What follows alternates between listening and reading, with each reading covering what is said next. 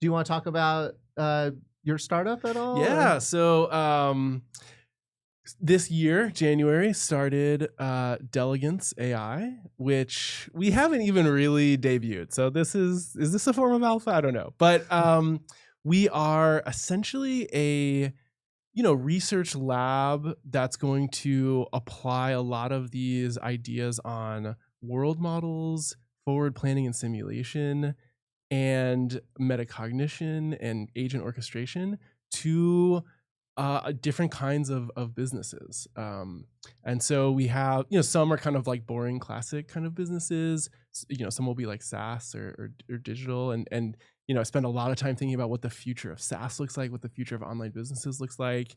So super happy to get into that. But there's a lot of, yeah, I mean, some people may have heard world models. There's some company and like neurosymbolic AI. That part of the field of AI, I feel like hasn't been getting quite as much publicity as, just pure Claude code, token maxing, large language models, all of that. And so, and there's just an incredible amount of research and almost a different way of approaching how you build these systems. Isn't there like a very important AI leader who's been claiming, LLMs are a dead end and the world model is the way? Yes. I mean, Jan LeCun, I think, just officially announced his fundraise for AMI, and they're getting started. And so it's very exciting to see that work happen. And it's been interesting to see his progress, not progress, but his increased interest in world models over time. Because I think in the mid 2010s he started at least publicly being more vocal about model predictive control type of algorithms, and that's what was used in a lot of control systems for a long time, where you basically have some model of the world or the system and you forward simulate that. And then there's just like an enormous body of work in that area. And so, yeah, and then the whole world model discussion right now is super interesting. Like all these terms in AI, they mean something to researchers, different. I feel like it's different in every decade or every few years. Now, when people say world models, a lot of times they are thinking of models that literally model Earth or physics, or they're visual based. So there's a lot of companies now offering world models, and it's almost taken like too literally. Classically, a world model is just a transition function for an environment. It just tells you if you're in this state today and you take an action, what is the probability distribution over the states that you could arrive at if you take this action. Okay. And yeah. Is there like a simple example, like a toy example that you could walk us through? So, I mean, one of the simple ones is chess, okay. Right? Everyone knows chess. You can think of chess as its own little micro universe, right? I guess originally it was meant to simulate war or battle, right? Oh, interesting. I think the history. I'm not the biggest chess player. I'm a little bit more of a fan of Go myself. It makes sense. I mean, yeah. So you have like kind of different trying types to get of the king. Yeah, exactly. The king, and then you have different kinds of like soldiers that can attack in different ways and move in different ways. They all have trade-offs, and so. But the idea is that, even you as a human, when you play chess, a lot of people will, if I move my pawn here and then I move my knight here, you might even think to yourself visually, what does the board look like then? And then what might my opponent be able to do? So an action is moving your chess piece, and there's only certain spaces you can move at any given time. You can't just move arbitrarily to any spot. So is that part of kind of the... So if you had an accurate world model, it would tell you these are the places you can, like these are the pieces that can move on the board, and this is where they can move to. And in chess, at any point in time, that's finite. So if it's accurate, and for chess, you can encode that with rules, which is fine. It's like a very simple rule-based program that acts as this transition function. So yeah, I guess that would be kind of a... And so the transition function, let's say, would be from one board state to the next, yes. or from moving, a piece from board state A, the knight is in position XY, and then board state 2, it's in some other XY position. And there would be a transition function that defines how you can move from one state, or what a valid transition is. Yes, or exactly. Like yeah, it essentially says what the valid transitions are. Mm-hmm. And just to be clear, to go from one state to another state, it is connected by an action. So which would be like the move. moving the piece. Yes, would be the exactly, action. Exactly. And so that is not, so far what we've described, there's no LLM so far, correct? Yeah, there's no LLM at all in this. Right. Now, it's interesting that I like, you for some things cut me off because I feel like I talk too much on these. No, this is great. With the world model discussion, right? So you have some of these startups, some of these companies like, Jan LeCun betting on world models, mm-hmm. right?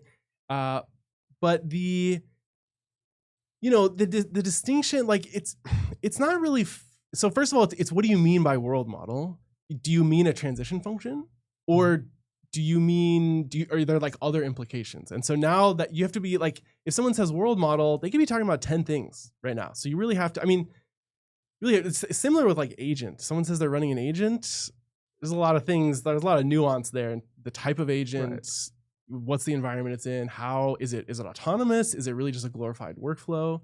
So when it comes to world models, I don't think if you're talking about generally as a transition function, a lot of large language models are shallow world models.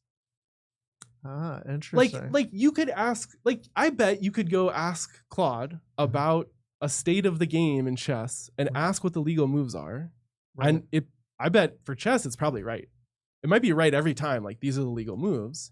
So it's maybe not so direct. You'd obviously have to do like a prompt-based setup around this.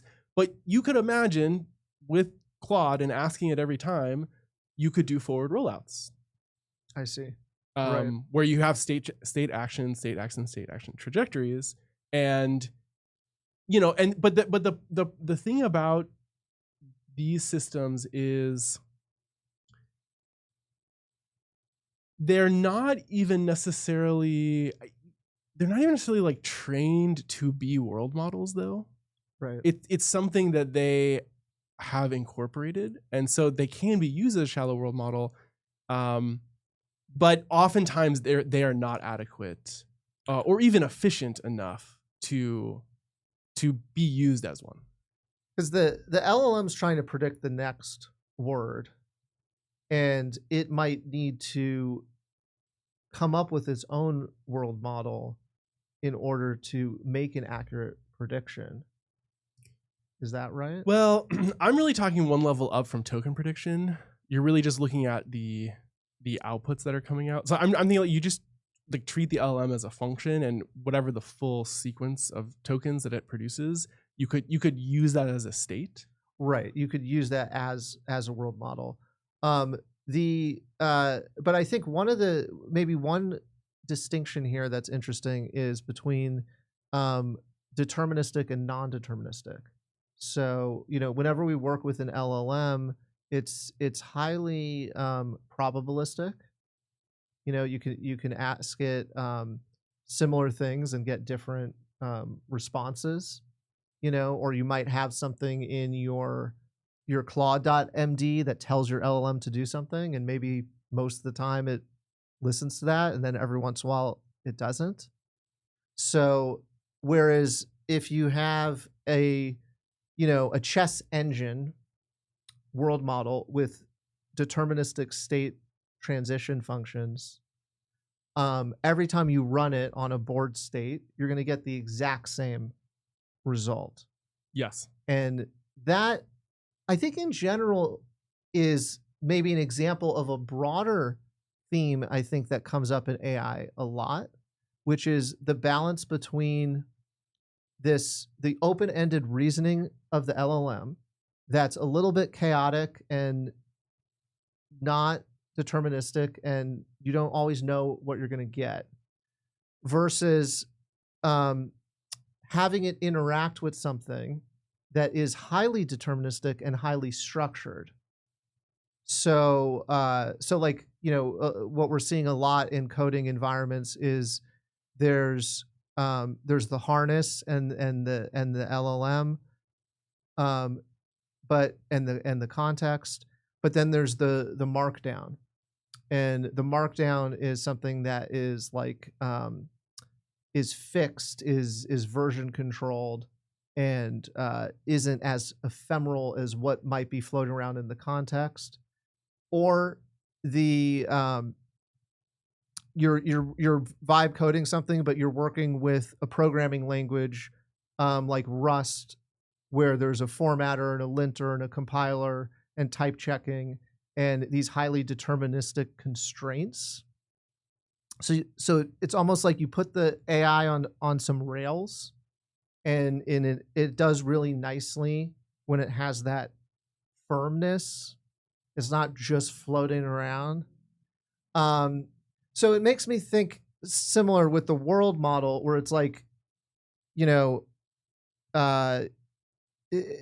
Dustin actually has been helping me out with this, because there's this great game called Shards that a friend of mine, Rindale, has created, and it's like kind of a Magic the Gathering style deck building, competitive 1v1 like multiplayer game, but it's like all software should be these days, for agents, and so your agent plays the game, but you can use agents to help with theory crafting, with deck building, with strategy, building your own code, your own systems, including, thanks to Dustin's advice, initially I was just having the LLM reason about what moves to make, and it has like some representation of the game and can reason somewhat about what cards are out and what moves it should make.